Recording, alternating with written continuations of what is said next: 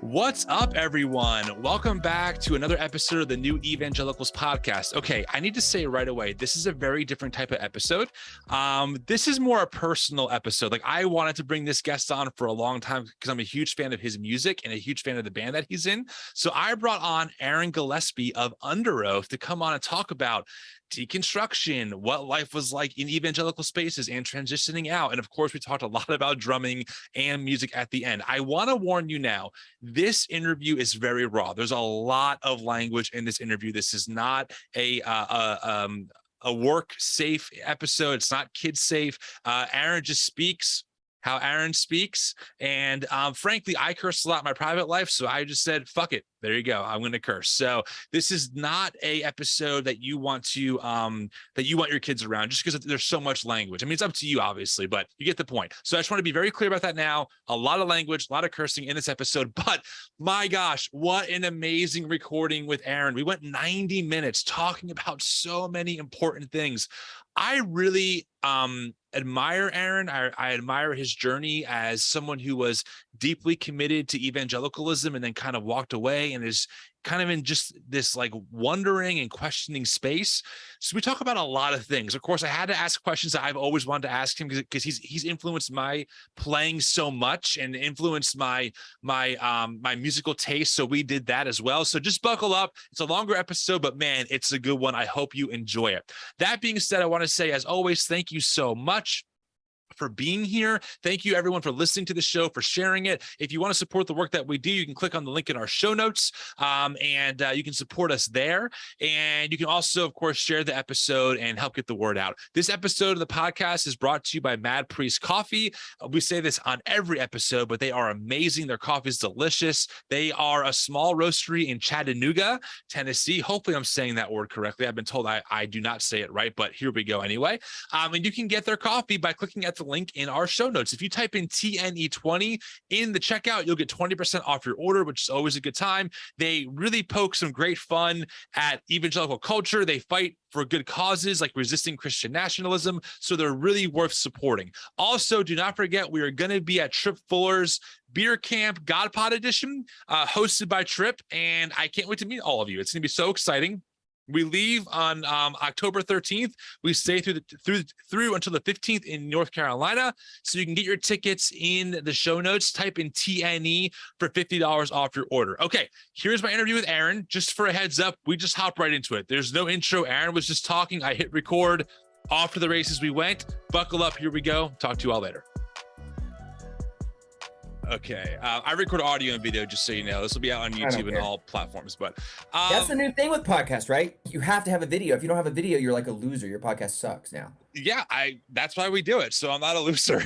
I've never in my life. So I'm a podcast consumer, right? But I've never in my life, and my favorite form of interview is the podcast. Mm-hmm. Like I'm on Matt and Toby's once a month. Like I love it. But like, I don't ever watch who sits for 2 fucking hours? Or like if you listen to Rogan or whatever, say for instance, you're a Rogan fan, you're going to spend 3 hours watching Kanye West talk about how he's God's gift to America. Like what?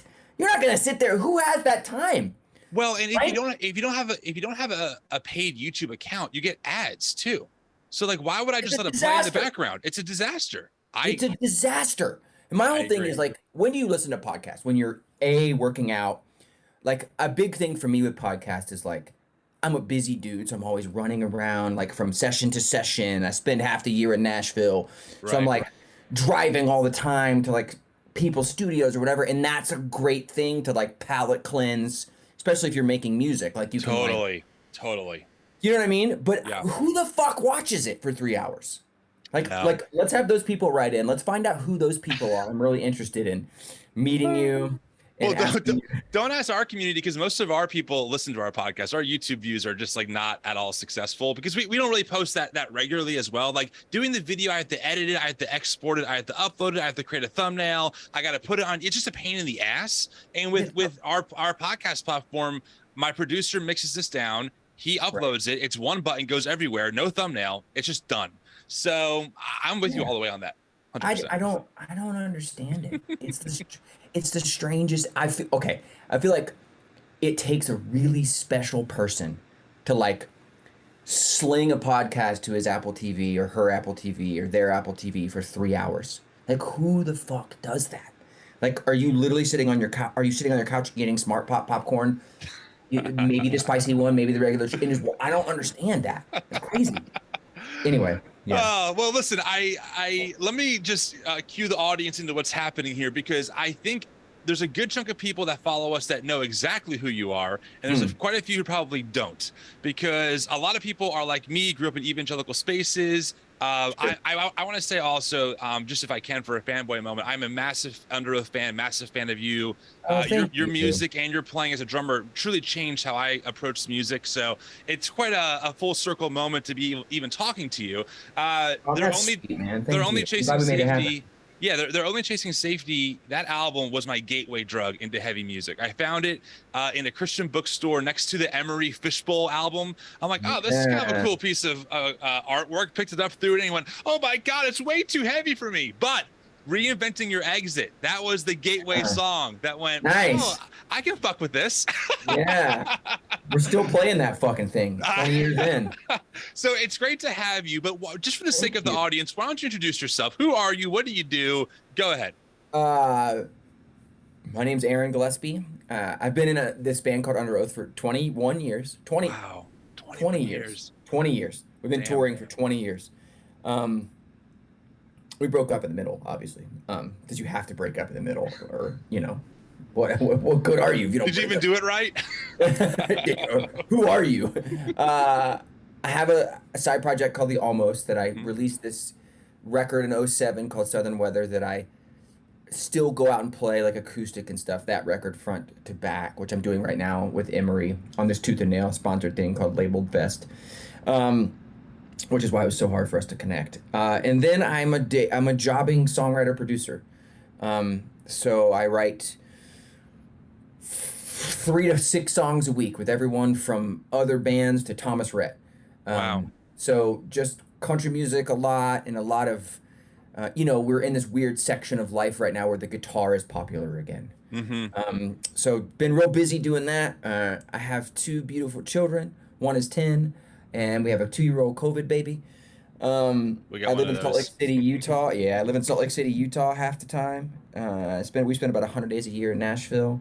Wow. Yeah, that's me. Cool. Just how do you stay? I was going to ask you this anyway, but you said that you write like several songs a week. Is that what you said? Yeah, 3 to 5 usually. How do you keep yourself fresh? How does that, as a musician? Because I mean, that's strange. That's a high workload, I feel like. Yesterday, I was writing with a guy from Sweden yesterday on Zoom, and he asked me about that. And the Swedish folk are so good at music, like it's disgusting. Yeah. Like the best songwriter in the world, Max Martin, is Swedish. You know what I mean? Like it's the scariest. These motherfuckers are scary. He's like, how do you keep inspired? And it was so sweet because he emailed me later. He's like, that was my favorite session I've done in like a month. It was really cool. That's awesome. Like, sweet, sweetheart. But I think, and this is what I told him, I think because I write different genres all the time, like I don't really make rock music, like aggressive rock music, unless it's Underoath. So I really only write like 12 Underoath style songs every 2 years. Right. Or, I'll write 30, but we only put out 12. You know what I'm saying? Totally. So like, the majority of what I write these days is like modern leaning country music, and then like whatever this resurgence of guitar and pop music is, right? Right. So like, I like the challenge of country music because it's a story. Yeah. So the music is almost secondary, right? Like country is the only genre that's fueled by lyric. Right. Truly. Like how many people know exactly what Doja Cat's saying? Like great shit, but I don't know. But when you listen to like Keith Urban on country radio, it's about what he's saying. You know what I mean? Like even if it's about his dog and a solo cup of beer and a fucking Bronco, like it's about that lyric, right? So that to me keeps it fresh for me because it's a different, and I'm a conceptual writer, right? So the way that I write music isn't like, I get inspired by like a title. Like I have a list of titles in my phone, or I get inspired by like, let's write something dark. That's enough for me to just go. Yeah. So like, just different every day, And then you have those days where you're like, I suck at this. and like maybe I should like get a job somewhere else. Right. You know, maybe I should Totally. give this fucking trash up. Maybe like I'm no good at like writing songs. Maybe like Yeah. I think if you're a songwriter and you don't have that moment, like on a monthly basis, it at the least, like, should I be like, am I bad at this? Right. Like, do I Yeah. need a new occupation? Right. There is like that like creative curse almost, right? Of a lot of self-doubt. Like, you maybe for us, I do a lot of content that, does somewhat well on Instagram, and people are like, oh, you said it so well. And I'm like, yeah, it took me like 45 takes, so much self-doubt, a lot of thinking. So I'm glad I got there. But like, man, it feels like every now and then there's that wave of like, am I even good at doing this? So I understand That's that curse. interesting though, because I have the opposite curse. So we have the same curse. We're afflicted with the same thing. Mm. But you have 40,000 followers. I looked your ass up. Like, that's a big page. You're doing a lot of stuff. Mm-hmm.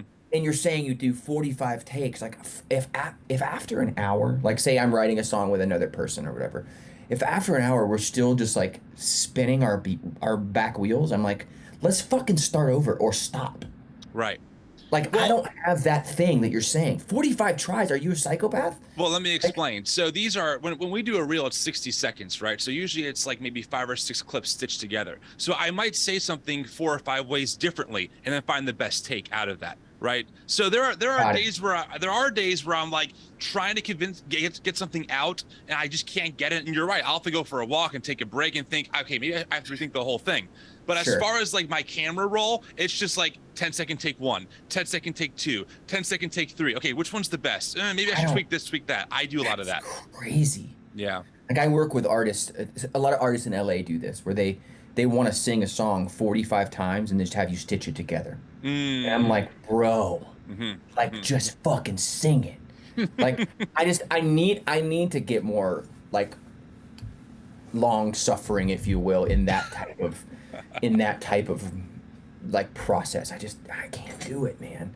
Like, Let me ask you this. You're on tour with Emery, again, another band I fucking love. You're singing songs from your solo project, The Almost, right? Yeah. And I know that your project as well. I love it. I still think it rips. Thank you.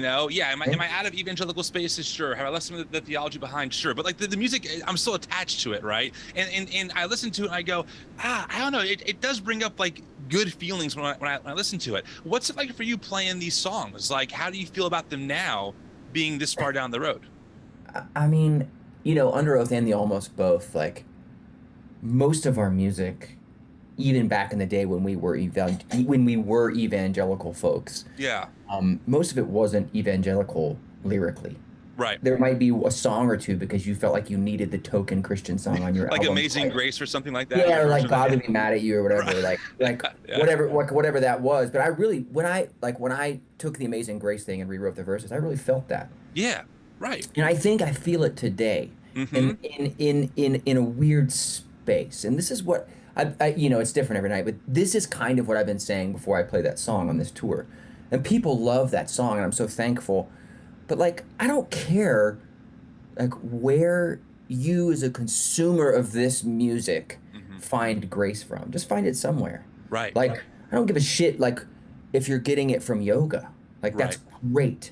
And if you still believe in a triune God that gives you grace, that's great too. Like, good for you. There was a time, and I'll be honest with you and all your listeners, I was angry as shit. Like, and I hate this word now, but like, 10 years ago at the beginning of my deconstruction or whatever, I was like really fucking jaded. Right. And I would like, you couldn't have paid me to sing that song.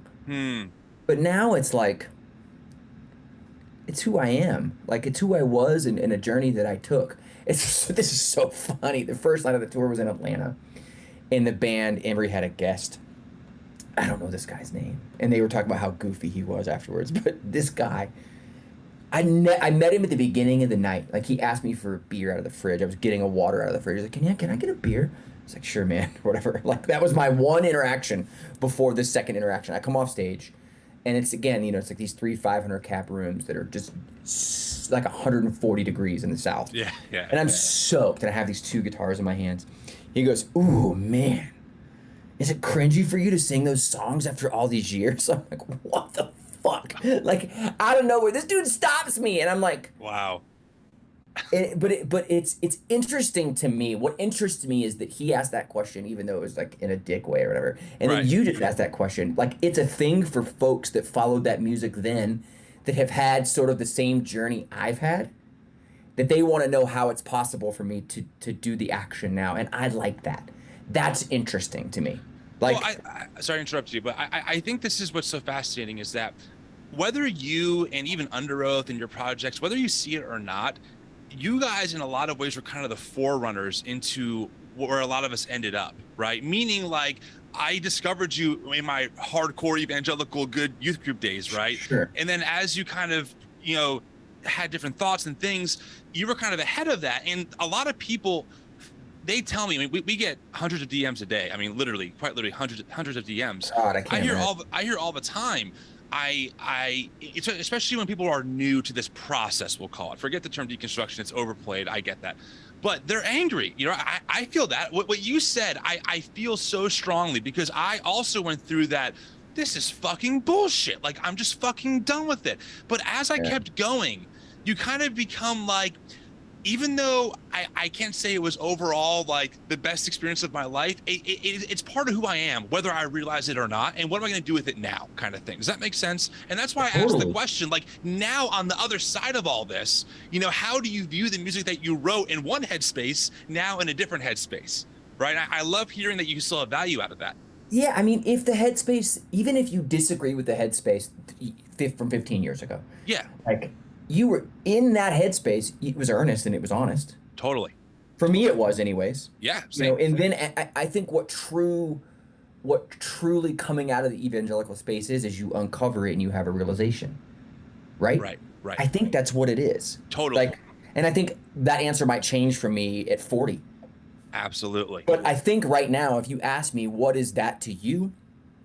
You uncover things and you start to ask the questions. And then you realize when you uncover things, the bones aren't the bones that you were told were there. Exactly. And you're like, whoa, shit, like this is not what I thought it was.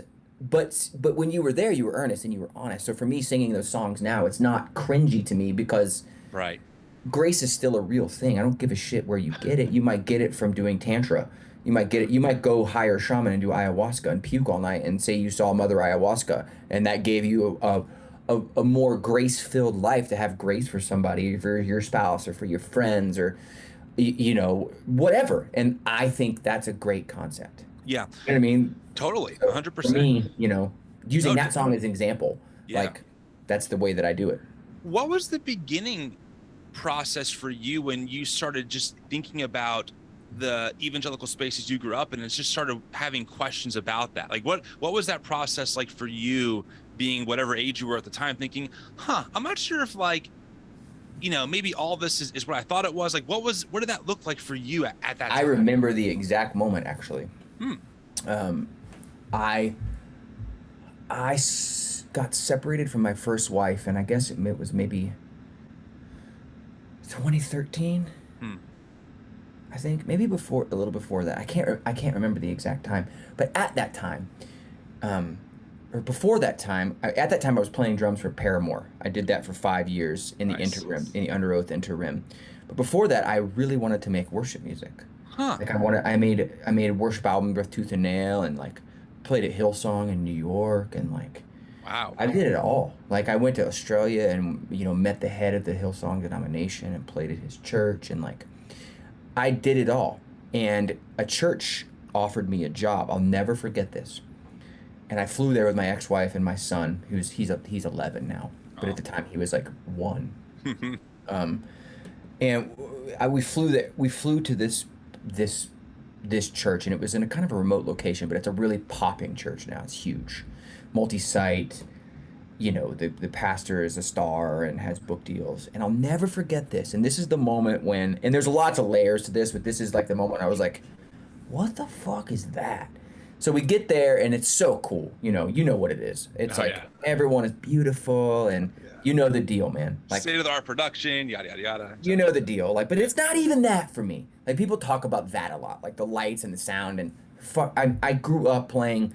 I've been fortunate enough in my life to I travel and live with that. That doesn't do it for me. Mm. What did it for me was like, and that was coming off the heels of playing drums in Paramore, which was Madison Square Garden, and I wasn't going to be impressed by this church's lights and sound. Right. But what impressed me was how good looking everybody was, and how like cool everyone was. These people were cooler than the people that I ran in circles with doing these massive arena tours. You know what I mean? I was like, shit, these people are cool. And I'll never forget this. We went into some side room, and I can't remember why. I was there for a weekend. I led worship with the band, and they were like trying me out, put me up in this resort on this lake. It was crazy. And I'll never forget one of the elders or someone that was a higher up at the church goes, yeah, our biggest thing is to follow the vision of Pastor blank and so. I'm like, what the fuck does that mean? Like, you mean like the biggest goal of the church is to follow his vision? Like, that doesn't make any sense. Like, that doesn't sound right. So I had this whole like backlog thing of like, well, everything in the Bible was about like destitute people and like all this stuff, but this is just about following one dude's vibe. Right. Like, you know, and then I got divorced. And when I got divorced, the phone just quit ringing. Like, it was over then, because you have to be married. Your marriage has to be dope or look dope, and you have to have the dope shit and dope clothes. And I was like, and I was never, you know, that was straw that broke the camel's back 1, and straw that broke the camel's back 2. 2 was when I had this worship album out. I'll never forget this. I just talk like this. This is who I am. Like, I've never changed in this way. I've had the mouth I've always had. I would have to dial it back, you know, whatever. But I would do these Christian radio interviews, and I would always get in trouble. My manager would call me like, dude, like, you can't be so honest. I'm like, what? You know, just about like what you're going through or whatever. They're like, we're going to send you to media training. What? And that's when I was like, That's a thing? Oh, yeah. That's a thing. Media training? Oh, yeah, dude. Yes, that's a thing. These motherfuckers all do it. Shit. Like, that's a thing. Like, of course they do. So you do that. So like, you could say I would go into songwriting sessions. This is years ago, right? Over 10 years ago. And they would be like, you know, you're writing this song for this type of woman who's driving a minivan. She has 3 kids. Her husband works all the time. It's so pointed. Like, it's like Christian. It's all pointed at a certain group of people, which all radio is, and that's fine. But it's not under the guise of helping people. You see what I'm saying? Like, I don't mind if top 40 radios like, we want to get little kids to buy albums. Great, good. That's consumerism. That's capitalism. We all know it. Let's go. Right. Like, let's write the catchiest thing to sell the most. I understand it. Like, I get that. Right. But what I never understood, and the straw that broke the final camel's back, was following a person's vision for how it looks and feels. It has nothing really to do with a relationship with Christ. Like, none of it at the higher level does. Like, to me. So when that happened, then was that kind of the thread that started making you question, like, for lack of a better term, maybe your theology at the time or your beliefs about Jesus? Is that what kind of unraveled a lot of this for you? It kind of started unraveling before for me, where I was like, I don't know if I believe that. Yeah. You know, a big thing for me that I've thought about a lot is like, all for God's glory. Yeah. What does that mean? Right. Totally. If God is real, and he is the most magnanimous, powerful, she, they are the most magnanimous, powerful thing in the universe, why would they need glory from people? Right. I don't get that. So that was the first thing for me that was like, and it at the time it made me angry. Yeah. And now it's funny. Like, it would seem like these guys, like these white motherfuckers, like with these huge churches, be like, he's gonna get his glory. Like, why are you so mad about, like, a being that you're not even sure exists? You can't see, taste, smell, or touch getting glory. Why are you so mad about that? Like, why are you ripping on people from a $10,000 microphone to tell them he's gonna get his? Right. Because you want to get yours, my G. That's why you're doing that. Right. And I started to see that, and I was like, ew. Yeah. Like, this is about an emotional toying, and it's about control. Yeah. Yeah. That's what I saw. You know, and again, I can't speak for everybody that's gone through whatever we've gone through, but for me, like, that's control. these are very common themes that I hear and have also experienced, so you're Sure. definitely not alone in that. I'm curious. So you mentioned that before some of this, you mentioned that you wanted to be a worship leader. What was the transition from? I know that that you took a break from Underoath at one point, but you're playing Underoath, you're doing your thing, you're playing heavy music, and then you go, I want to be a worship leader. What was that dynamic? Like what shifted there for you that made you even consider that seriously? I think it was my own mental illness, truthfully. Mm, So like I have like terrible generalized anxiety disorder and mm, stuff that I've had to wade through for years, which I found out through therapy that I still am in once a week, like at 2 p.m. today, like in 3 hours. Um, that I have like this crazy trauma from how I was brought up. mm. Um, and I didn't know it at the time. The brain has like this amazing powerful, the body has this powerful way of covering things up. Yeah. So for me, I thought that like my life and my marriage was falling apart. So I was like, I need to like give it all to God. That whole thing. Yeah. Yeah. We call it pulling the God card, like Totally. pulling the God. So I thought if I pulled the God card, it would all get better. Mm. Do you know what I mean?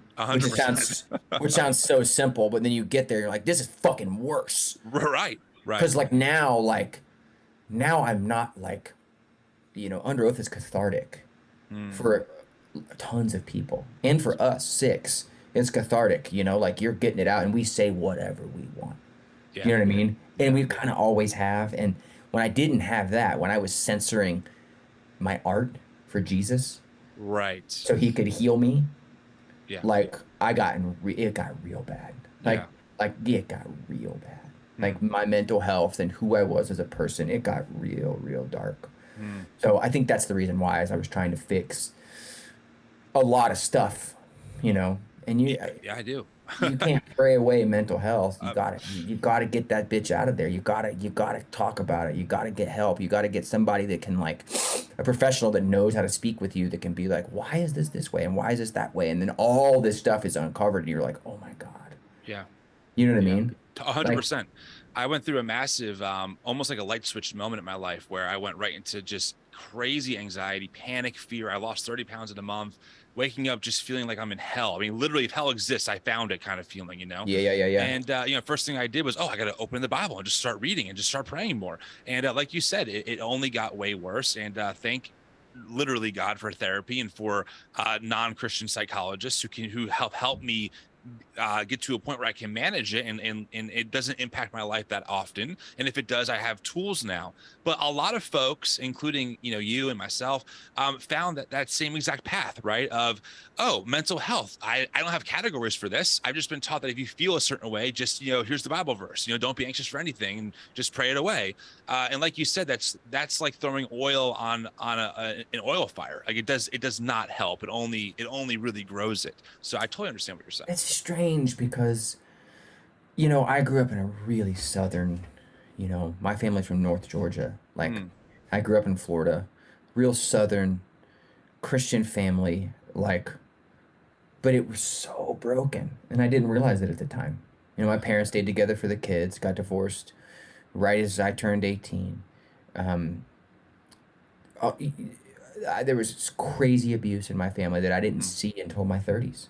Wow. That I covered because you're kind of emotionally, I feel like, and I have to say this because I think I want, like, whatever your journey is, like, whoever's listening to this, whatever your journey is your journey, and that's okay. Like, Right. if you, like, have completely deconstructed your faith and you're angry still, like, great. If you are, like, mega church, Bible thumping, like, that's your life, good. If you find comfort in that, good. But for me, I realized that I kind of covered up all this stuff emotionally for myself because the type of churches I went to and the type of churches I was even working in up until 10 years ago, it's so emotionally charged. Everything is so emotionally charged. Think about it. Like, these people that give these sermons, these people that play this music, they're really skilled folks. A lot of them are really fucking skilled. Yeah. Like, you can go in front of a group of people and say the right stuff and make everyone cry. You can. You can do that. So when you're in an environment where every day, every week, you're traveling to do this stuff, and everywhere you go is so emotionally heightened, it will cover up your own emotion. It will. Yeah. It will put a blanket over your own thing. And some people might find comfort in that blanket. For me, it almost killed me, and I almost killed myself. You know what I mean? Like it covered up the real me for so long, the real emotion that I was feeling that I needed to uncover and cure and get help for. Right. You know? You can't put a Band-Aid on cancer though, right? You 100%. got to cut that bitch open and get it out, right? So when you continue to heap like supercharged emotion on top of it, eventually your things are gonna compound to the point where you explode, right? Yes. And I think a lot of folks really who consume your music and who are listening to this podcast have maybe not the exact same story, but similar experiences, right? Where they were Sure. brought up a certain way, and they were part of, some kind of church culture that was built on certain things. And they found ultimately that when reality and experience hit them in the face, their dogmas that they were taught were no longer sufficient to really answer these questions of like, well, this is happening in my life, right? My marriage is falling apart. I'm giving it to God. It's only getting fucking worse. Now what do I do, right? And the only Right. option for my church is we'll just stay together and make it work. It's not working. I'm not being helped. She's not being helped. We need better paths forward for both of our sakes. And then Yeah. the response is, well, too bad. The Bible, right? And you're like, oh my God, like stop weaponizing this book to control how I live. That is actually creating harm. It's not bringing healing. It's not bringing the fruits of the Spirit. It's doing the opposite. And so I totally resonate with what you're saying. Yeah, absolutely, 100%. I think the biggest player for me, and maybe this will relate with some people, maybe they'll think I'm being insane, but the biggest player for me in my step out, in my journey out, was guilt. Hmm. And it's something that I deal with today in a heavy, heavy, heavy way. Like, I got saved because of guilt. Hmm. I stayed saved because of guilt. Yeah. Someone prophesied over me when I was a child that I would play drums all over the world. And I played drums for God because and they told me you better do it for God. And I kept doing the things I was doing even though I didn't agree with them because of guilt. Hmm. And that's the biggest thing for me that is damaging and terrifying Yeah. that happens in the organized church is the burdening of guilt onto other people. And there's guilt to get saved, there's guilt to give cash. And I'm not saying it's all guilt, but for me, Right. I got saved as a kid watching Billy Graham on television because I was scared, Yeah. because I felt guilty. Yeah. My church is in youth group would build these things called Hell House where you would Oh walk yeah. through.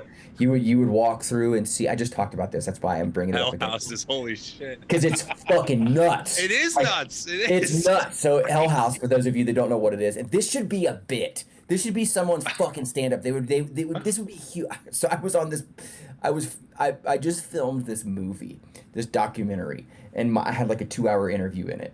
Okay. And I'm sitting in this studio, and I'm talking about guilt. I kind of spin it the way I just spun it to you. Tell it the way I just told. And I'm like, oh my God, when I was in youth group, the reason I stayed saved and I didn't have sexual experiences and I didn't fuck around with drugs as a teenager is because I was fucking scared. Because they would take us to this thing we weren't allowed to. This is so crazy when you think about this. We weren't allowed to celebrate Halloween. You can't do it. Like, you can't dress up like Freddy Krueger and run around and kiss girls and fucking get candy. You can't do that. But what you can do, bitch, you can get in a 15-passenger van and go to the neighboring church. And what the neighboring church, who has more cash and more space, has done is they've invented a world. And in this world, you go in and it's like a party. There's a party. There's a bunch of teenagers at this fucking party. And you're watching this as a bystander, right? Like, it's like a movie, like a scrolling movie, if you will. Scrolling real-life movie. And these one teenagers are good. And these one teenagers choose to, like, drink and, like, fuck other people. And then there's a car crash after the party on the way home. And then after the car, and there's a fucking car in this room. Right. Like, there's a vehicle. Someone purchased a shitty vehicle and beat it all up, and they put a smoke machine on inside it, and there's strobe lights, and there's like red and blue lights, like police cars and ambulances. And then the next room is hell, because one of the people in the car was a bad person, and they went to hell. And and you're 13 years old. Yeah. And there's Satan himself in there, Yes. and he's trying to grab you. You're 13. You're not allowed to celebrate Halloween. Fuck Freddy Krueger. If you're allowed to do this, you can go in here and they're sticking their hands through there, and they're grabbing you, putting their hands on you to scare you. And then in the next room is heaven, and it's what do you think it is? Like, it smells good, and the air conditioner's turned down low, and there's like white, and at the end they ask you, where do you want to go when you die? Do you want to go to the place where the guy in the suit was grabbing your arms and neck? Or would you like to go to the fluffy cloud place? Right. No one in there doesn't get saved. No one. Right. Motherfuckers getting saved like they're giving out free ice cream, because why would you want to go to the smashed car hell? Right. So much money was spent on. Not to mention the fact that hell was probably more expensive to build for church A than heaven was. We don't even need to get into that. So guilt, man. Yeah. People carry guilt, and what guilt does, that should be someone's stand-up bit, by the way. Like, I'm not a comedian, but that would be somebody somewhere needs to grab that and make it's so fun. That's so funny when you think about it. There needs to be some former evangelical comedian out there who's like, listen, you want to know how crazy my life was? Let me tell you about Hell House. Just goes crazy. for it. I was listening to Tom Segura and his wife this morning, and they had, how they grab like clips from TikTok and YouTube and stuff. It's so funny. But they grabbed some evangelical guy talking about like he's like the third eye prophet for the end time. Some crazy motherfucker. Oh my God. But they were talking about all this stuff, and I'm like, dude, if Tom Segura got a hold of that Hell House thing, man, it would slay. Like, so yeah, I mean, guilt covers so much, right? Like, you can get a lot done with guilt. Yep. Like, back in the day, there would be commercials to give cash to, suffering third world countries, and what would they show? They would show distended belly kids, because you, as a white fat American, they know that's going to make you feel guilty. You know what I mean? So the whole thing for me was wrapped up in guilt, and I think guilt covers a lot, man. Yeah. And wading through the guilt and realizing like you're not guilty of anything. Right. Like, that is that set me truly free. Like, real, and I still am doing it. Yeah. I'm still at 39 years old. There's things that I feel guilty about. Right. I was on a, I'll say this and then you can go. I was on a non-religious podcast the other day for a foundation called the Continuance Foundation, which they donate tens of thousands of dollars to musicians to go through therapy. Wow. And they have like flyers backstage at like every venue in America. And you can just call a number and be like, I need fucking help. Wow. And they'll set you up with someone. And the guy that runs it is a booking agent for UTA, which is a giant talent booker in California. They do every band in the world and every comedian and art actor and whatever. But he grew up the same way we did. Huh. And we were on the phone on a podcast for 2.5 hours. And before we would say something that would seem damning to the Christian world, we would go, but I just wanted to let you know, and I just did it. You saw me just do it before I went on my rant about Hell House. Like, that is that leftover shit. Like, I don't have to, and you don't have to go. If for someone else that's their path, it's okay. That's a given. Like, that's a human courtesy. You don't have to say that. Right. Like, we're not here to shackle someone. Yeah. Like, but you do it because that guilt is sewn into you. You have it. I have it. You know what I mean? And that is the really scary part. And that guilt covers up a lot of who you actually are. Yeah. I think that's really on the money, especially because this happens when you're a kid, right? Like, your brain, your mind is so malleable, it's so formable. And so when you get older and that guilt is cemented, it's hard to jackhammer out of you. Like, I get that, right? I mean, I'm a parent like you are. I have 2 kids, and I do think about like, oh my God, how could I mean, my wife and my in-laws are really great human beings. I'm not that's a given here. They were really great to my wife, but my father-in-law, when she was young, put her on his lap and pretty much was like, gave her the hell speech, like showed her a fireplace kind of thing, and was like, hey, if you don't accept Jesus, this is where you're going to end up. I'm like, that is really fucking harmful, right? I can never imagine sitting my 4-year-old down and being like, hey, little guy, you see this fireplace? Like, that's you if you don't pray this prayer with me right now. I mean, that is just, to me, it's just, now it's crazy, but at one point it made sense. That's what's so weird about it. Like, at one point I understood it, and now I'm like, what was I thinking? That is ludicrous. That's crazy. It's terrifying. Yeah. Like, my kids don't go to church. Yeah. And I wouldn't play the Billy Graham tape that I watched it for my 10-year-old. Right. I wouldn't do that because to me, this is out there. What I'm about to say is out there, but I believe this. To me, taking a child and going, do you want to go to the hot place or the cold place is child abuse. Yes. It's fucking child abuse. It has to be. It must be. Yeah. If you sat down with a professional and said, I told my kid today that he was going to burn in hell if he didn't say these words after me, they would go, you are an abusive parent. Right. And I that's abuse. It must be, right? Like, in the way that it carries down the road as an adult. If someone does something to you when you're 5 years old and you carry it to you're 40, right. You have had trauma inflicted upon you. Fact. Yeah. You have. Yeah. Yeah. That's not woo-woo talk. Right. That's not me being a fucking hippie. That's just black and white, bro. Right. Like, right. If you remember something that happened to you when you're 5, it's one thing. But if something that happened to you when you were 5 affects you as a 40-year-old parent that owns businesses, right. You have been abused, dog. Right. Just call it what it is. Right. It's simple. It's really simple. No, I more and more I tend to agree with that line of thinking. I think in the beginning I was like, well, I'm not really sure, but the more I think about it, the more I'm like, it is emotionally abusive. It does not set your kids up for living a life rooted in love. It's rooted in fear. Right. And if we're going to speak some old school evangelical talk, right, God has not given us a spirit of fear. That's kind of the idea behind it. Right. Is like my kid should know that like his parents love him and that at the center of the universe is love, not fear, the opposite of that. And so I tend to agree with you. But it's how it's boxed, right? Like that Bible verse is so good. Right. God hasn't given you a spirit of fear, but of power and love and a sound mind. I believe that right now, today. Yeah. Right. If that's packaged inside of guilt, it's no good. Yeah. It's really well said. You know what I'm saying? If that's packaged inside of a guilt bomb, then it's a lie. Right. But if that's said to you out of a place of like, hey, man, you don't got to be afraid. Like, if you believe God made you and put you on earth, then he didn't give you fear. He gave you power, love, and a sound mind. Right. And that's good. Right. That's good shit right there. Right. Like, that's real. It promotes human flourishing is what it does, right? Correct. It says keep going, keep expanding, keep loving.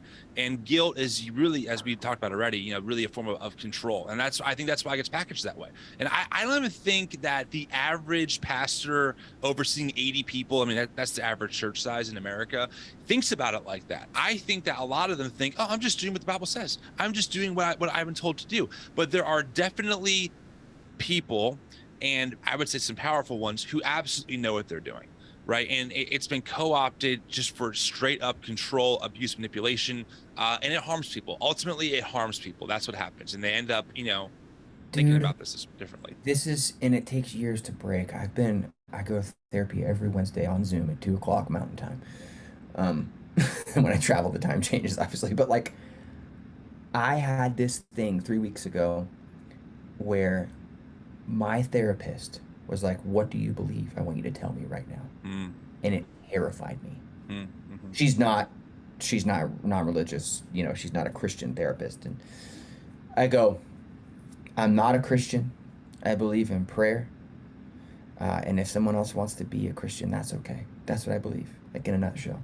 Like, I believe in prayer because I think we don't need to go there for this analogy, but she was like, say it again. I said it again. She's like, say it again. Because I for years now, I felt guilty about saying that. That's who I am. Because that's what I am. Realizing for the years of who I was raised as, if my mother asked me if I'm a Christian today, I have to say no. And that's crazy. Yeah. I don't say I'm a deconstructed Christian, which is actually what I am probably, but like, there's too much baggage in all of that to tell someone when they ask you. So to be able to go, I believe in God, I don't know what shape, but I believe in praying to a God. I don't know what shape that is in, and I don't really even know how much of the Bible I believe is infallible, if any. Right. I'm not Jewish. Right. So like, how do I like, no, I'm not. Right. But I believe in this part and this part, and that's what I have chosen to believe in. And she had me say it like 35 times. Wow. It was crazy. Sitting in my studio at this desk. She had me say it like 35 times, and I realized what she was doing was CBTing my ass. Cognitive behavioral therapying my ass and going, this is who you actually are. Right. And that's okay. Right. Like, break the guilt, bro. Right. Break the guilt. Yeah. Break the suspicion of the guilt. Break Yeah. any inkling of the guilt. And I think when we can do that, if you can do that and still believe what you believe, more power to you, man. That's so beautiful. Yeah. Like, if you can, like, my mom used to say this thing where she would go, like, I just believe and I know that I know. And I'd be like, how? She's like, well, I just want to get myself right. And I'm like, there it is. Like, there's that piece of that thing. You know what I mean? Like, okay, so Yeah, we were in Columbia, South Carolina the other night, and it's packed. Like, there's this shithole club called New Brooklyn Tavern. It's one of my favorites. It's literally 120 degrees in there. It's insane. And I play my set. It's so fun, sweaty, like sweaty. Emery comes up at the end and plays the big single with me, and then they just start their set. There's no changeover, super rad. Like, people diving everywhere and singing all the songs. It's a super cool night. Yeah. And on these small tours, I sell my own merch. Mm. I want to mingle with the people, like I want to say hi or whatever. Like, I think in these small shows, it's dumb to be like, I'm going to go backstage and, it's stupid. Like, Right. That world is Underoath land where there's thousands of people. I don't want to do that. So this woman comes up to me. She's like, do you have this shirt in this size? And I'm like, yeah. And she pays for it, like on my phone, like with Square. Yeah. And she leaves me a $50 tip. Damn. And I'm like, sick. Right. And she goes, can I just talk to you? I'm like, fuck. Dang. Like, like, I knew it right then. Like, I thought this, and her husband comes over and she's like, I've been crying all night. I'm like, God damn it. Like, I'm like, why? She goes, I just feel like, I don't know. It's just like, you're so anointed or something. She said something like that. I'm like, thank you. Like, that's so cool. Like, thank you. And she's like, I don't know where you're at right now. I'm like, here we boy. go. Jesus. Like, she knew that, like, I was deconstructed or what, or whatever that means. Right. And dude, it affected me. And that night, I'm riding with the Embry guys. We have this Sprinter van with these captain's chairs in it. We turn them around. We have these conversations. We podcast in there too. It's the best. That's awesome. But, like, and Matt was like, dude, like, that's manipulation. Like, she wanted to, like, have a prayer with you, or she wanted to, like, you to break down in front of her, because then it's something that she did. Right. You know what I'm saying? And I Totally. think that's the trick. I think that's the guilt trick, is if it's about that control. Like, It's about, like, that woman gave me $50 damn and cried because she thought that I should be like she was. Right. And if she could get me to be like she was, then she had done something. Exactly. Right? And Yes. that is wild, dude. It's wild. That's wild. It's like, wild. when you really think about that, it's like, now I'm not even angry anymore. Right. Now I'm just like, what? Right. You know what I mean? Like, really? Totally. Like, come on. Right. You right. guys. Like, Right. we're doing this still? Right. Like, are y'all for real? Right. Like, and here's the thing that scares me the most, and we can switch gears, but, like, she was so sweet, and she really believed she was in the right, and she was gonna help me, dude. Yep. She was gonna help me. Right. And here I am, like, pretty emotionally stable for the first time in my life at 40 fucking years old. Mm-hmm. With 2 kids. Right. And multiple businesses. Like, she thought somebody somewhere put that guilt on her. Yeah. Where she could, if she fixed me, she was going to get something. Right. Crazy, right? It is Real crazy. quick. I mean, I think you're on the money. I think that's really well put. There was that. Yeah. Once you said she gave me a $50 tip, I thought, oh, but there's probably a hook in there somewhere. And there it was. She started reeling you in. But like you said, I mean, I have met people like that in my own life. And in that moment, that this, even though you know that this is so harmful, you know that they're so sincere, and you're like, what do I do with this? Like, she's not trying to be harmful in her mind. She's not trying to hurt you. She thinks she's helping you, and she is convicted about it to the point where she's about to cry, right? So she's already in some kind of emotional state. Like, it can be tough, but like, how do you handle that, right? All you can say is thank you. Bad. Thank you. I mean, I felt so bad. I'm like, you spent $40 or whatever to get in here, and you spent it in the bathroom crying. Fucking sucks for you. Right. You know? I wanted to ask, during so there's kind of like two phases of Underoath, right? There's kind of like the Sure. before, really, I think even like a race me, I kind of dropped, and you have Only Chasing Safety, Define the Great Line. By the way, I just want to say, for me personally, I love all your music is great. Your newest album is phenomenal. We'll get into that in a minute. I think for me, on an emotional level, Define the Great Line, it hit me at a time in my life, drumming wise, mix wise, just energy wise, where I'm like, this album still fucking rips. So just want to say, like, Yeah. it's just a great fucking album, dude. It just sounds great, and the energy is there. What was when you, and you can speak for you or for Underoath, it doesn't matter. But when you were, in that segment, or that like part of Underoath in that time frame, did you have kind of a feeling of like, as I guess the Christian band in this secular society, we're gonna just be the good testimony for other bands, and kind of like, win people over? Were you kind of in that headspace at one point with Underoath, or was that kind of never what it was for you guys? I think we would say the word, it was a ministry. I'm trying to remember. Like, you gotta think, like, there's a lot of road underneath that thing. Totally. I think we would say that, but then there was times where, Spencer, we felt we would say it's a ministry, and we would try to meet people and talk to people, and then it got to where we were just saying something from stage. Yeah. Meanwhile, Spencer's doing like lines of coke and saying that we're a band that does it for Jesus. And then when we lifted the label, I guess probably 2010, right? Yep. Right when I quit, they did one record without me. Right. Everyone just came out of the woods like, I don't know if I vibe with that either. Our bass player was like, I'm an atheist. We're like, holy shit. Right. Like, it was like all at one time. And I think carrying the label sort of became the thing more than actually the thing. Yeah. Right? Totally. Because it starts as one thing, and then what happens is you travel the world and you meet thousands of people, and meeting thousands of people and having thousands of conversations causes questions. Totally. And then when your questions are uncovered, you're like, oh gosh, like, that isn't what I thought it was. Right.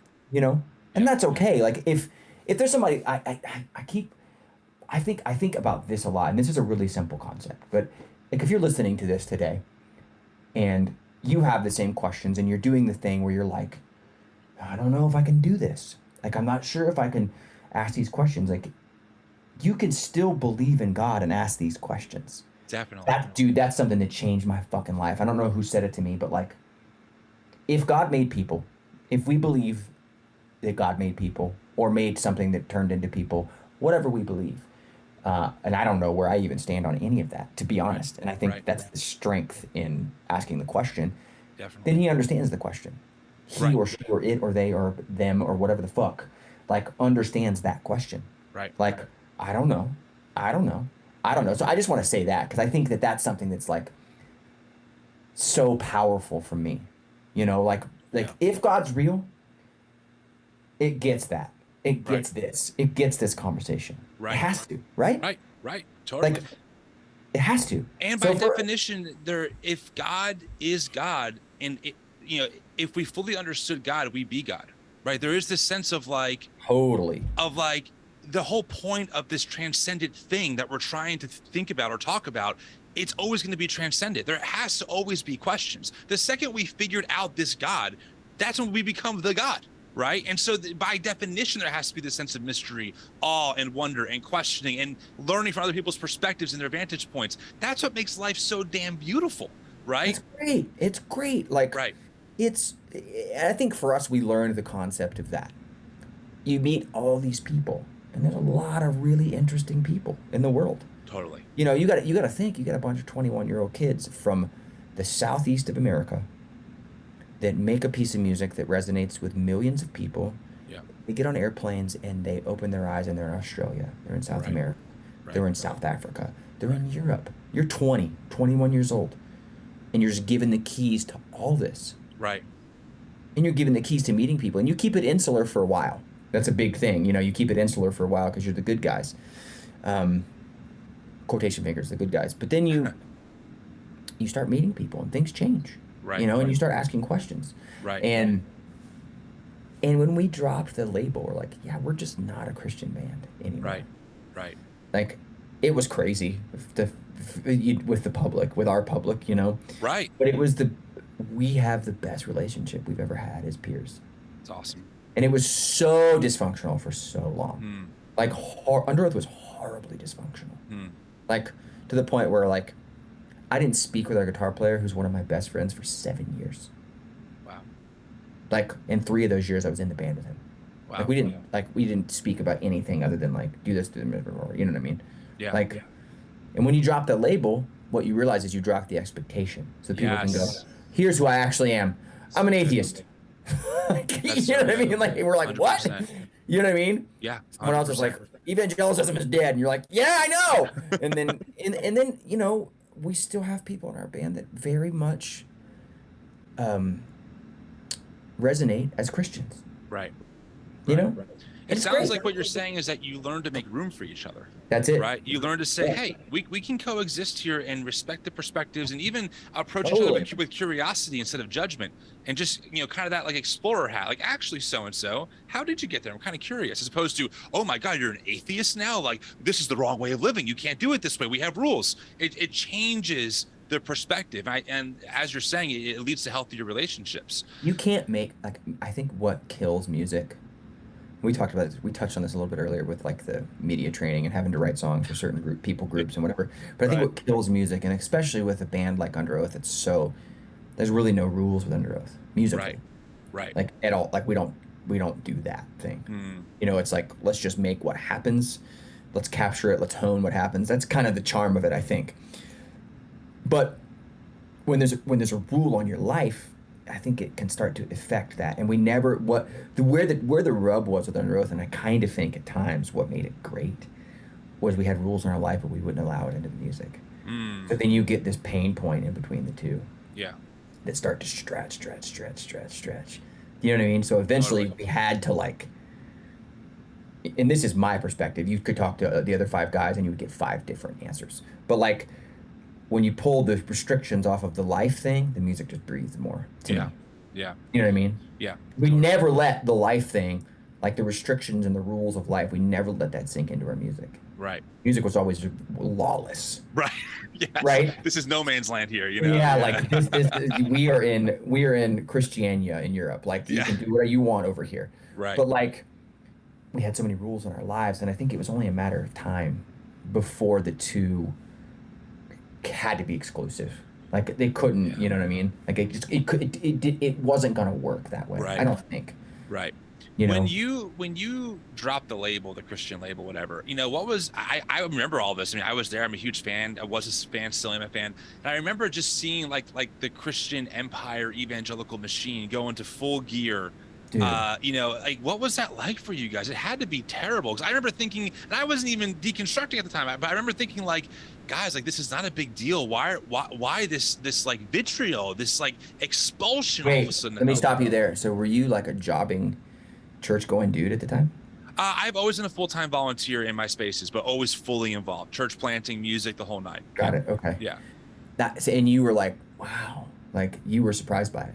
Yeah, I mean, I'm thinking about the first time I heard Spencer say "fuck" on an album, and I went, "Whoa, this is different," right? I was like, "What do I do with this? This isn't in my Underoath categories anymore," right? Yeah. But I remember thinking, like we're all adults here. Like I'm not 15 anymore. I'm fucking however old I was, and I remember just watching the response and being like, my God, like this is crazy. Like, you're getting upset over this. Like, this is what you're gonna get mad about because they said a curse word in one of the songs, or they said, you know, it doesn't make any sense. I thought it was gonna. I didn't think the curse words were gonna be the hot button. You know, that we kind of deconstructed in public on that album. Like if you look at the lyrics, like that's the part that I thought we were gonna get burnt on. Right. I didn't think we were gonna get burnt on just expletives. Like. Do you watch movies? Right. Like, you know what I mean? Like, totally. and I, the short answer is it affected me more that like people judge the music based off of that stuff. That affected me more because I really believe it's important for us to curse in songs. Like, and maybe we won't on the next album, but the reason I think it's important is because that's how we talk. And that's how we've spoken to one another for 20 years. Right. And I believe that the best songs are the songs that are conversational. Yeah. The songs that someone can go, I talk like that too. Like, of course, there's poetic things like, there's glass in the trees and the sky looks like applesauce. Like that's fine. But Underoath has never been that kind of band. It's always been a very like It's a pretty conversational, direct. let's approach you. And I felt like if we were to come out and not speak like we speak to other people, that we're being dishonest, right? So I thought people would see through the curse words and go, they're finally being honest. Yes, Right. that was not the case. Right. And now it's over. Now no one cares anymore. It's like, whatever, that's Underoath now. But like, Right. it affected me in the sense where it bothered me that people drew a line between the quality of the art Right. and an expletive. No, for sure. I don't understand that. I still don't understand that part. It's one of those weird evangelical like things, you know. I remember POD dropped a song that said almost fuck, but it kind of like blurred it out a little bit. And again, Christian culture just like went bazonkers when that happened. I mean, it is evangelical culture has weird trigger points where you're like, wait, that's what like the whole culture's coming after, like because an adult said this word on an album, like compared to whatever else might be happening. So it's weird. It's back to the guilt thing, right? Like those things are things that you can control.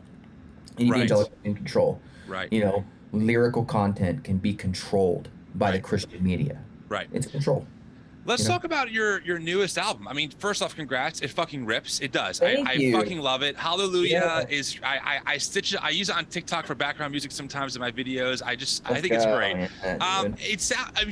I went through some of the lyrics again today to refresh myself, and it seems like a lot of the album, at least how I interpret it, right, is like I can resonate with so much of this. I mean, on Damn Excuse, one of the lyrics, fuck your revelation and fuck your weak conviction. I'm like, this sounds like a real middle finger to that evangelical culture that we're trying to move away from. Is that what you had in mind on some of these songs, or do you just make this shit up?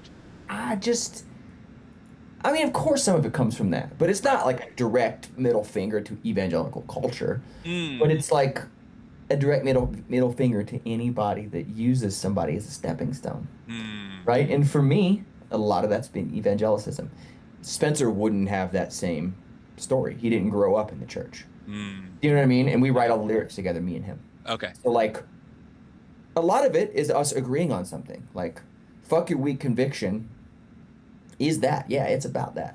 Like, don't put that on me, Ricky Bobby. You know what I mean? Like, it is that, yes.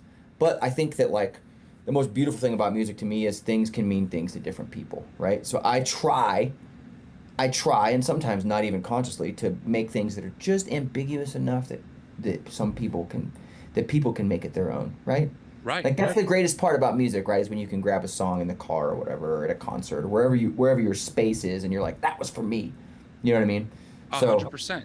Yeah, but that is my journey. You know, a lot of my journey at that time was this stuff we've been talking about for an hour. You know what I mean? So, of course, I'm gonna write about it because, like I told you, like I can't have rules inside the music. Like I can't censor the music because without that, I don't know that I could make it through life, right? 100%. 100%. Okay, we had a few minutes before we wrap up here. Can we nerd out on some drum stuff for a minute? You cool with that? Just for a minute. You're I'm not in a hurry at all. You play Gress drums, is that correct? Yeah. Okay, I got to be honest. My only real experience for a lot of years was just playing like a Gress Catalina club kit. You know, it's just great. I loved it. It was fine. I was playing a gig 2 weeks ago. I play. New Jersey has a very robust cover band scene. Ironically, like you can make good money doing it consistently. In Jersey. Oh yeah. I mean, I had 54 dates this summer in playing all over the place. Like you're doing it for fucking living. I do this and that for a living. Those are the two things that I do for a living. Yeah. But you don't have to have a real job. No, this is it. Yeah. Sick. It is sick. It's the ultimate privilege. I fucking love it. I do. So you, dude. Okay, so robust cover scene. Yeah, I mean we use full production, Ableton, we're time coding shit, the whole nine. So yeah, That's cool. It's fucking great. And the reason why, if I could just for a minute, this work I do is so heavy, right? Like this day to day, I'm tracking abuse in the church. I'm tracking Christian nationalism. I'm in DMs all day responding to people, trying to help them. You see, if you see our stories, you'll just see it's full of shit. I love that work. It is fucking life-giving. People donate. We don't charge for anything. We're a nonprofit. I'm super privileged. But I gotta say, going to a club in Atlantic City and playing Rihanna and Backstreet Boys for 2 hours to a bunch of drunk people is like the release I fucking need. That sounds right? great. It's fucking great. So, I'm at this new club in Atlantic City called The Yard. It just opened up, and it was backlined, which is great. I'm like, oh, this is awesome. Bring anything, yeah. Right, I bring maybe a snare, some cymbals, yeah, the usual shit. They had a Gresh kit. I don't know what it was, but my God, I was like, I fucking love this Gresh kit. The toms it had the 16 and 18 inch, the 2-floor toms. I love 2 fucking floor toms. That's my move, yeah. Oh, I love that extra low 18 thud when you really need it. No, for sure. Reach over there and grab that, dude. That's a poop machine. It's the full stretch, Yeah. But I just remember thinking to myself, I was like, man, this kit sounds fucking great. I play a Ludwig New Sonic usually. I love the kit, but that Gresh, whatever it was, I remember just thinking like it sounded great. So, when did you switch over to Gresh? Because I don't think you always used them, right? No, I used a small custom company called Truth for years. Yes, Truth Drums. I had like signature runs with them. It was really cool. And then when I was playing in Paramore, it's been about 10 years since I switched to Gretsch. I needed more readily available backline drums. Yes. You couldn't have some kid showing up to let you use his kit when you were playing on like, Conan O'Brien. 100%. So like it got to be that type of thing, and I always loved Gretsch drums. The first kit I played was a Gretsch kit back in church when I was a kid. So I was like, I want to do that. And for me, what I think it is, I think there's something in the water there or whatever, but like all the USA made drums are made in Ridgeland, South Carolina in this one factory by like 7 people. Huh.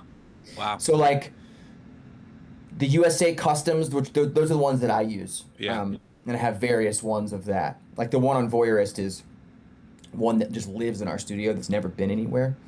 And then I have another one that we tour with. And then they make Broadcaster there, the Broadcaster series, and the Brooklyn series. So I promise you, the drum kit you played in Atlantic City was one of those 3. Yeah, it had to be. Because there's something with those 3 series that are made in Ridgeland, South Carolina, that are like, I don't know what it is, dude. Like I was shook. There. This is some nerd shit right here. So there's a whole school back in the day. Gretsch would make their shells and they wouldn't be perfect because of the recession at the time or whatever, the war, all kinds of shit like that, where they couldn't use like the right products to like finish the drums on the insides because of they weren't allowed to use paint or the factories that were making the paint were closed for the war. There's some shit like this. I don't know exactly, or if it was recession, I can't remember. One of those 2 things. But they started painting the insides of the drums with fence paint. Like they would paint a galvanized. So if you look inside of a Gretsch drum kit, it's always gray. Have you ever noticed that?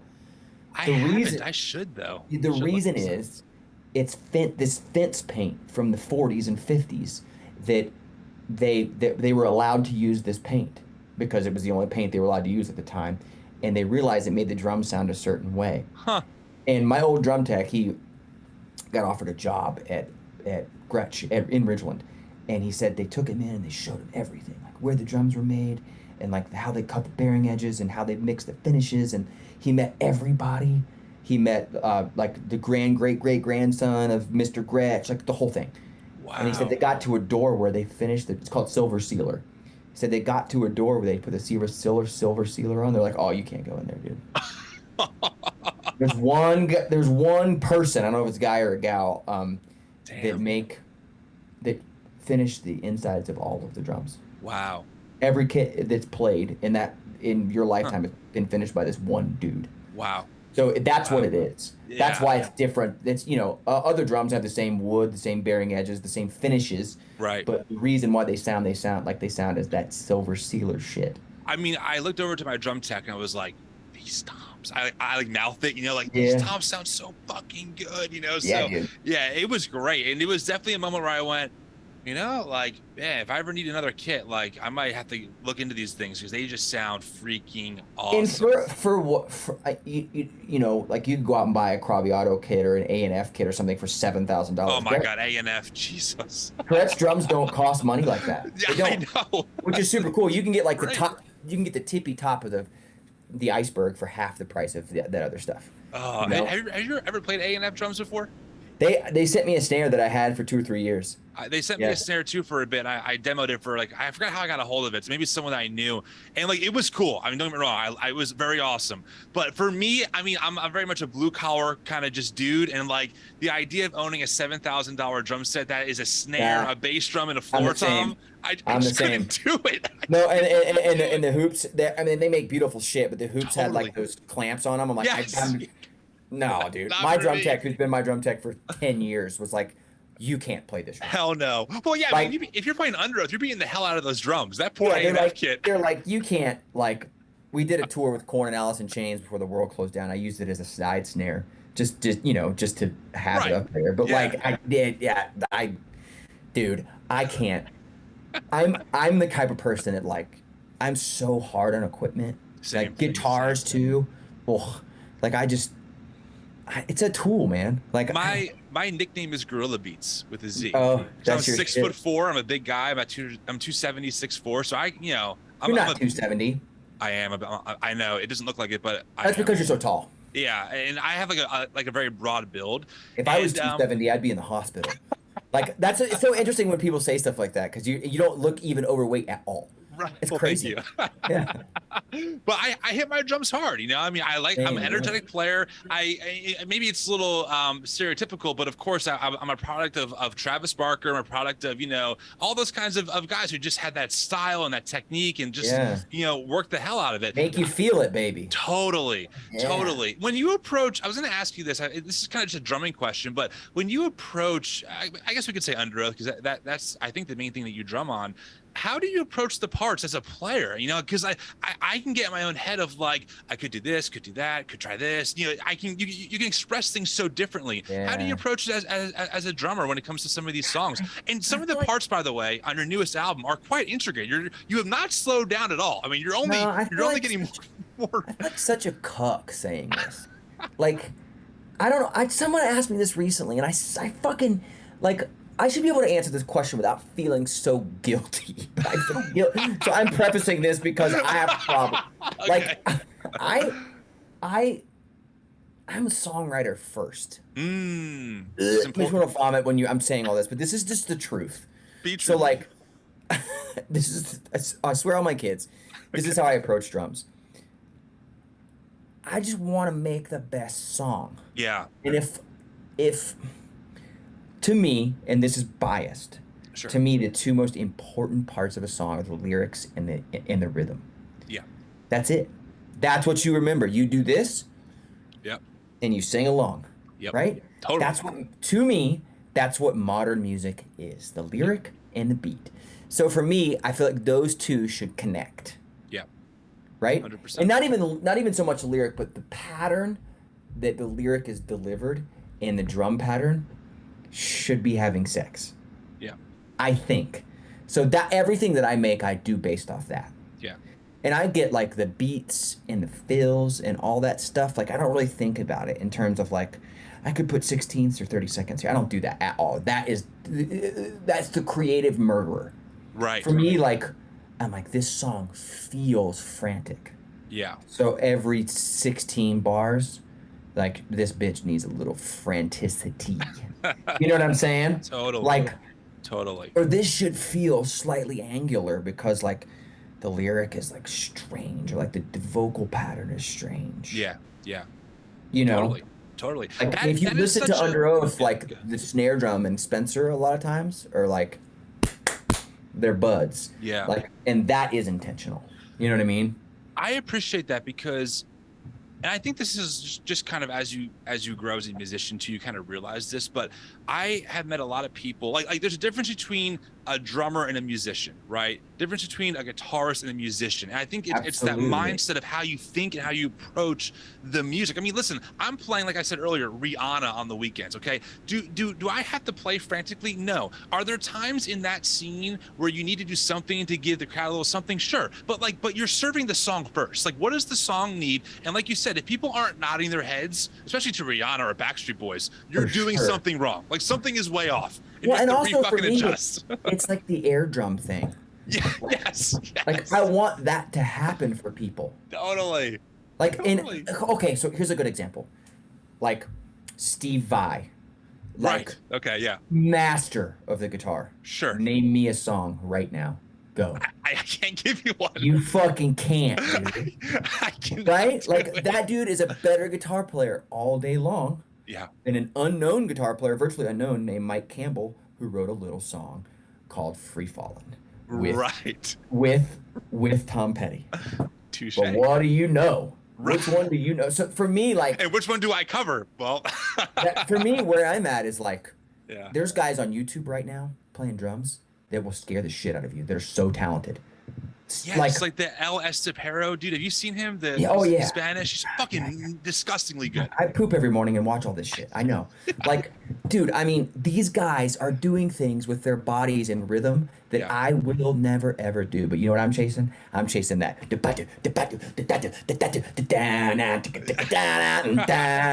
That's what I want to be a part of. Right.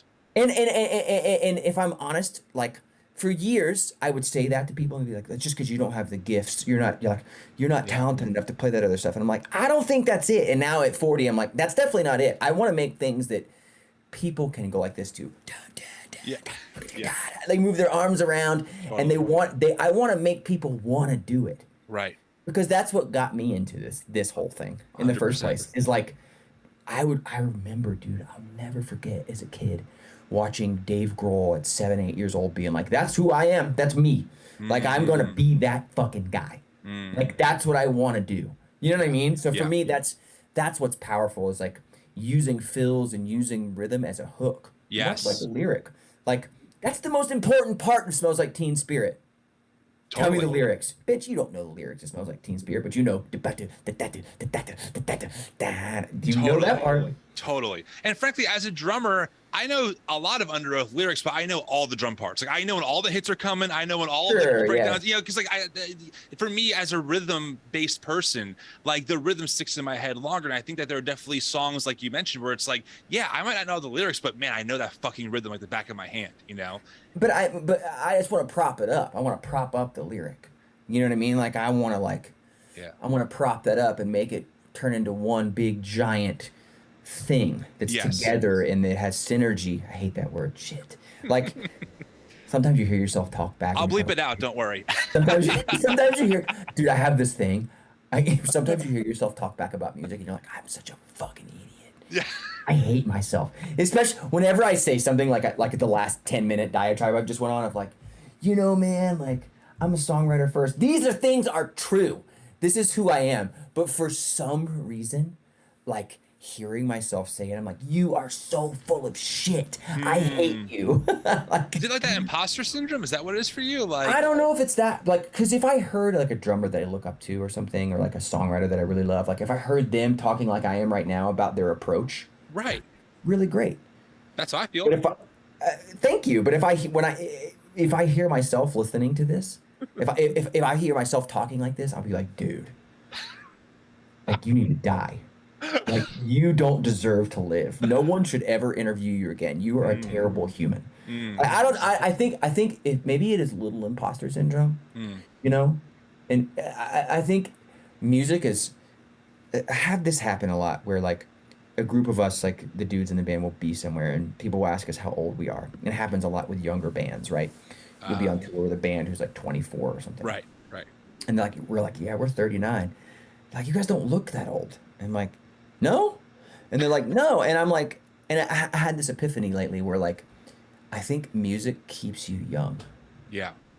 Because like, you're always chasing that feeling, that the way that music made you feel when you were small. Yeah. You know, when you heard Smells Like Teen Spirit for the first time and it made you go, oh, like, you're always chasing that feeling as a musician. So I think the reason why I feel like such an ass when I talk like that is because there's always this little kid inside of you who's like, you're not there yet. You're not there yet. You're not there yet. I still feel like that. Yeah. Do you know what I mean? I still feel like I'm not there yet. I haven't made that piece of music that makes people feel the way that piece of music made me feel.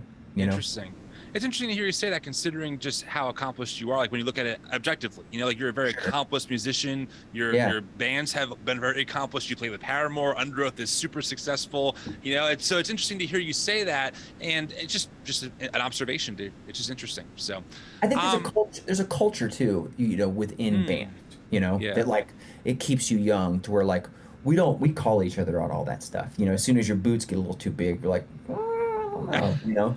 So yeah. Do you have time for 2 more questions? And I'll let you go. Oh, I'm good. I got an hour and a half still. Wow. Well, perfect. I'm just kidding. Okay, my other question I wanted to ask you was, okay, I'm 33, so we're about 6 years apart. You know, I gotta be honest, man. After I play, you know, 3-4 hours of music, my body gets a little achy these days. I wanted to see, like, you know, Underoath is still high energy. You're hitting the shit out of those drums. How do you maintain just a physical, the physicality that Underoath demands, especially being on tour and playing fucking fast-paced, furious music probably for a couple hours? It's probably more physical now than it was back then. In a lot of ways, just because now, back then you play for 40 minutes, 35 minutes, 45 minutes, and now you know that your fans, and we're so fucking lucky. Like, you get 3,000 adults at a show, and they're still kids, but like these people got a fucking sitter. Tickets aren't $10 anymore. These people bought 7 drinks. Right. You know, T-shirts are $35 now. Like, so you feel like you gotta give it to them, number one, because you're so grateful.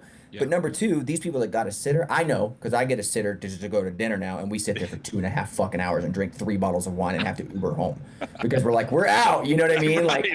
Right. So like, we can't play 10 songs. We've got to play 20 songs now. Right.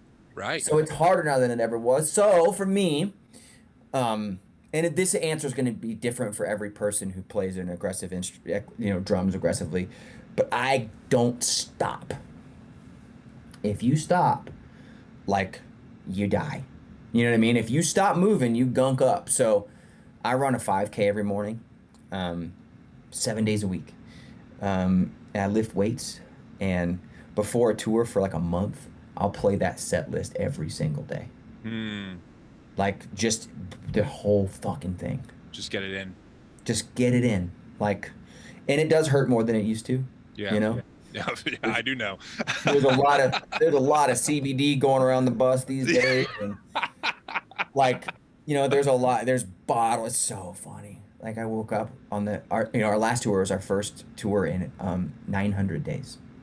Yeah. Because of the pandemic. That had to be a wild feeling, that first show. It was crazy. But it was the best tour we've ever done. Like commercially. Because people were just so hungry. This was in March, April. Yeah. But anyway, like, I woke up the morning after the first show is the worst. We call it bangover. You know, you're so sore. Right. And I woke up, and on the counter of the bus was like 4 bottles of ibuprofen. It used to be you'd wake up in the morning, there'd be beer bottles everywhere and liquor. And I woke up, and everyone's on their computer. And there's fucking pills everywhere. I'm like, yeah. That is funny. No, I get that. I mean, you know, in the cover scene, we have to play about 3.5-4 hours of music with like a 20-minute break. Wild. And the worst part is the break. Like, when you said when you stop, you gunk up, I'm like, I know, because between like for example, it's not uncommon to play from like 10 to 2 a.m. because again, you're playing clubs. That 12:30 to 1 o'clock break. And then I have to go back and play. We do like a quote unquote emo medley. It's all the fast paced songs. I'm like, man, I don't want to stop because my body's starting to shut down. And now I have to pick it back up, you know, and I'm just like, I feel more fatigued. So I totally get that feeling of like, yeah, if you do stop, your body's like, oh, I can rest. And you can't fucking do that because it fucking hurts to play another hour of music after that. I used to come home from tour and for 2 weeks just like sit on the couch. Like, I can't imagine, like, I would be handicapped. Like, physically handicapped. Like, I literally have to move. I ran a 5K this morning. Like, it's something that I have. Just because, like, I was talking to this guy, Frank Zumo, the other day. He plays drums for Sum 41. And nice. He's a little older than me. And we were playing at the same festival. Different nights. And I saw him in the hotel in the morning. This was, like, a month ago or whatever. And he's like, everything in my life now is based on recovery and exercise. I'm like, dude, it sucks. Like, I used to just, like, take 2 Xanax and drink a beer and like go to bed for 2 days and then wake up and play show and have all the energy. Like, and now it's like, well, and you have kids. I mean, so we have a 3-month-old and a 2-year-old. Okay, and that's actually why I missed your show in Philly, because my wife was due any day. That was a good one, dude. That was a good one. That venue is awesome. I'll put it this way: my wife said you can go, and I said I just couldn't do it. Like if she went into labor, I would never forgive myself, you know. Yeah. But it was when I saw the tour, I'm like, fuck yes, and I saw the date, I'm like, fuck no. But you know, I get that, man, because like if I miss the gym for a week, I'm like, my body feels it. I have the 2 kids. My arms are sore from holding a 15-pound 4-month-old who's a big kid right now. You know, it's just like I get that. My life has also been more centered around, okay, getting healthier, being recovered, getting the energy back, because I got energy to give once I get home too. I'm not off when I get home, you know, at 5 o'clock in the morning from Atlantic City, New Jersey. I'm on in 4 hours, so I better fucking recover. Yeah, no, I mean that's the thing. It's like it used to be you come home from tour and you buy a case of beer and you sit on the couch for the next tour. Right. Like, I mean, we would literally have parties every night. Spencer and I lived together on the beach and would just fucking rage and then go do the next. And now it's like, we all have kids. And Underoath, we have 15 children. Oh my God. 6 of us. So like, cool, it's great. It's the best. But like, it's the best. But like, no one's off ever. Right. I have found what we have changed. We don't rehearse really anymore. Huh. Like, and that's interesting. Like your production and stuff? There's no rehearsal for production? If there's a big, we'll do like a big 1 or 2 big production rehearsals. Okay. But like for festivals, we used to practice every time we would play in front of people. And we just don't practice anymore. Like, and that's helped in a way. In some weird, strange way of like, you get the adrenaline, you use all the adrenaline in the moment. You know, you don't need a band. We've been playing for 20 years. Do we need to let go of Reinventing Your Exit again? Right. Like, why? Right. Before the last tour, we rehearsed for 2 days because we had to learn 4 or 5 new songs. But like, that's helped a lot too, because you get that adrenaline boost. You know what I'm talking about when you walk on stage and there's people and they're excited. Like you kind of can't synthesize that. You can you can work out all you want and you can shed the drums in your studio all you want, but like you know, I have a bad habit. This is my bad habit. So we'll talk about negatives. I don't play the drums. Like, I play them only when I'm making music, which is every day. Right. I don't go shed the drums anymore. Like, I don't have fucking time to do that. And also, really unhot tip, I don't like to do that. I know. Like, I don't want to play drums unless it's for a reason. Like, I'm no good at like these dudes who put up videos, so much talent. Like that's like jerking off to me. Sex is always better than jerking off, right? Shit. Like I want to make something with somebody. Right. You know what I'm saying? I mean, to my right is a Ludwig Elemental kit with no hardware on it. That's been sitting here for like 4 weeks. I'm like, okay, I have to set it up so I can get some practice time in. Like every time I think about it, I'm like, like, do I have to? Like, do I really have to do it? You know? Like I did a rock song yesterday and I was like, I should, like my studio's like 10 minutes away, but I work here. I have like a home studio and I'm like, I should go put drums on this. I'm like, I'll just program them. Like, you know, like, I have all my drum sounds on a hard drive. I'm like, I'll just just record it differently. That's all. You know? The other thing is, this grinds my fucking gears. Is with the guitar resurgence and everything that's going on right now, people like really want real sounds again. Yes. No, they don't.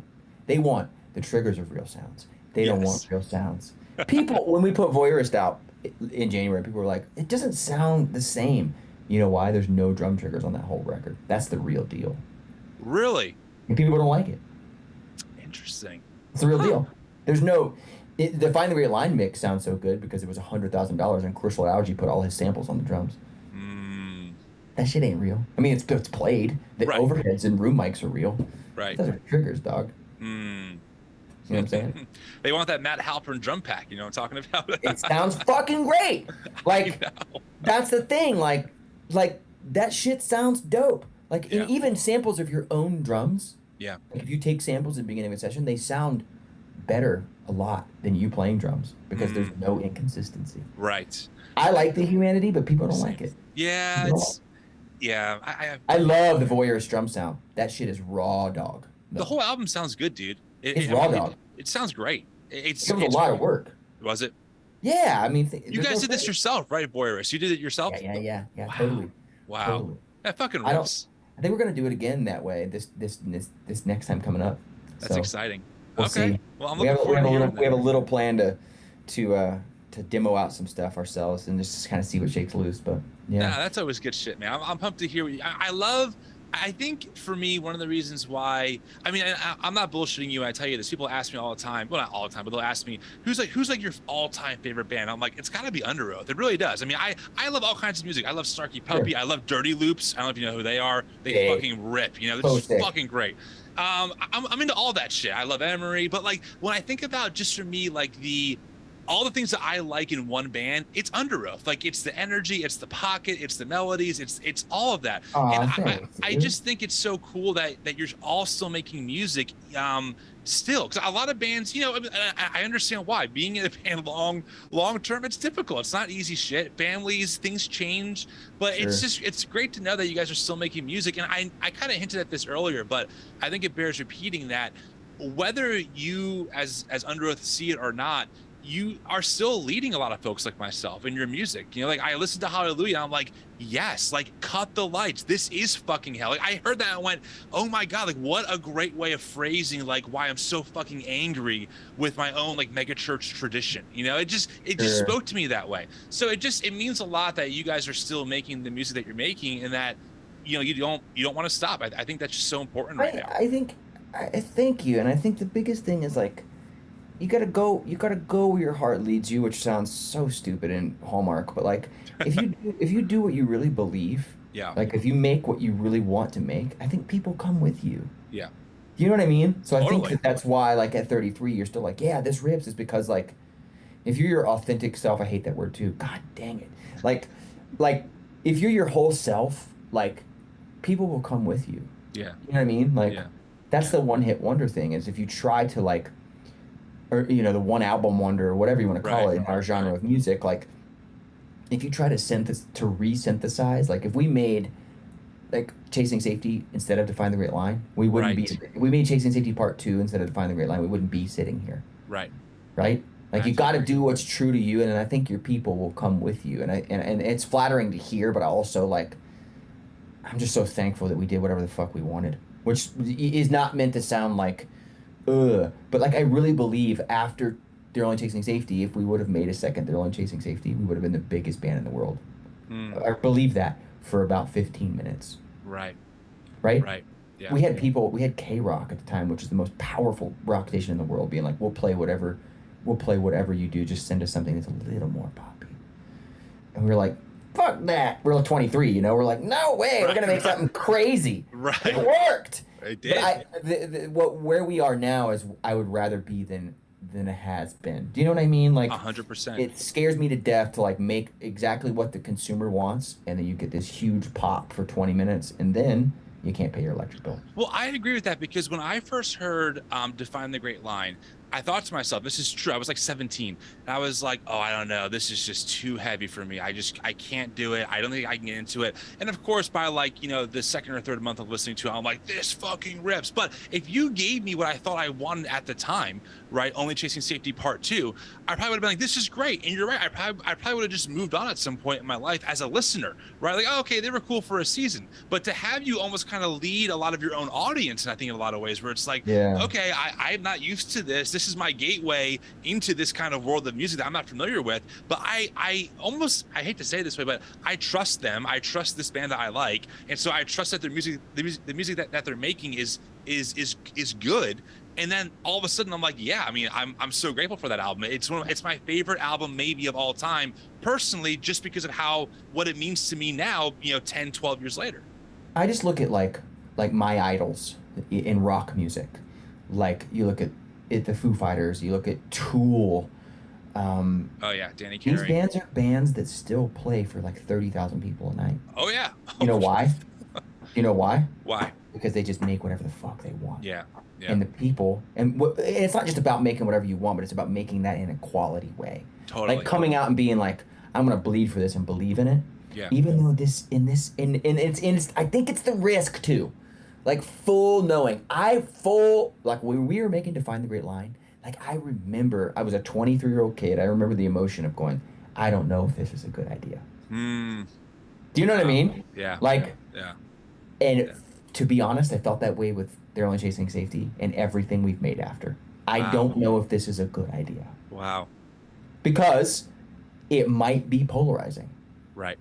It might be polarizing. But for me, my favorite music, the stuff that really turned me on and the stuff that made me want to do this for a living was listening to things and it taking 2 or 3 months. Like, that to me is the best shit. Totally. Like, I mean, Sugar is now. Like, you look, Katy Perry comes on the radio, that shit is good. That shit is good. But, like, how many times is it good? I don't know. And I make that kind of music for a living. Right. Like, I understand the crafting of a hook. Like, I get it. But, like, you'll always go back to that fucking Tool record. Like, you always will. You totally. Just will. You'll listen to Metallica, the Black Album forever. Just because you will. Yeah. You know what I'm saying? Like, you will. Like, so for me, like, I'm more interested in our career in making things like that than it being successful, like, commercially. Yeah. You know? That makes sense. If and when it is commercially successful, that's a plus. But that's not ever the goal with Underoath. Yeah. You know, ever and ever and ever. Well, I mean, it really is great shit. I listen to your albums all the time still. It's great. I mean, I'm a big fan of your stuff. I love Protest the Hero. I'm not sure if you know those guys. Yeah, I forgot about that band. They're Canadian, right? Yeah, they have an album came out last year. It's their best album they've ever done. It's good. It's so fucking good. I feel like someone said to me, like, lyrically, it's so good. Musically, it's just there's so many good hooks in that Protest the Hero way that you're just like, this fucking rips. So anyway, I had to name drop them too because I'm a huge fan of their stuff. Oh yeah, I think it's called Palette Test. I heard someone recently talking about it. Yeah, it's a red. Like the cover art is red. It has a bull with like a American flag over it. It's just great. I've seen that. Yeah, worth checking their stuff out. It's such a good album. But Aaron, you know, I gotta be honest, man. I didn't expect going 90 minutes with you. I'm so glad we did because I really did fanboy out during this entire conversation. I mean, if you're gonna do the podcast, do it, right? Yeah, I'm with you. I appreciate you making time. Where can people find you? I mean, obviously you're everywhere, but like, what's currently happening in the world of Aaron? Is there an Underoath tour coming up soon? Are you doing some more solo stuff? We're doing a bunch of festivals in September and October. I don't know the names of any of them or where they are. Okay. You can just hit us on socials and find it. Sounds good. I'm on tour right now with Emery doing this thing called Labeled Fest. That's like tooth and nail bands, like old school tooth and nail bands. Some of them they're still in tooth and nail. I'm obviously not, but I'm playing the Almost Southern Weather album cover to cover with just me and an acoustic guitar, which is cool. So cool. So that kicks off again on the 15th in San Francisco, I think. 15th of August in San Francisco. And it goes down through, you know, LA and Orange County and Phoenix. And then there's like a middle South America, like Texas, blah, blah, blah run in September. The East Coast portion already happened. I think that's it right now. Cool. Well, I'll make sure to link some of that stuff. And I mean, most of our audience already knows who you are, but you can obviously they can follow you on Instagram, etc. And I'm hoping I get to see Underoath again soon, come down over to the East Coast again in the Jersey, Philly area. It'll happen. Good. I hope so, because I am due. We love that part of the world. So it's some of our best shows. Philadelphia is such a special place to us. Well, you recorded your live album there. We did, and you know, the Fillmore now is so dope, dude. It's such a great venue. Fillmore's great. It's so sick. Like, we had never played there. We did on that headlining tour, and it was so sick. So I mean, Philly is honestly, I live 10 minutes from Philly. I'm a huge fan of Philly, so I get it. Dude, the people, the food, Philly's so sick. Like, Philly's cooler than New York, probably. I'm a huge fan of Philly. I'm about to get shot. Anyway. Well, then we'll end it there so that way you don't. Yeah. Thanks for coming on, Aaron. I really appreciate it. Keep in touch.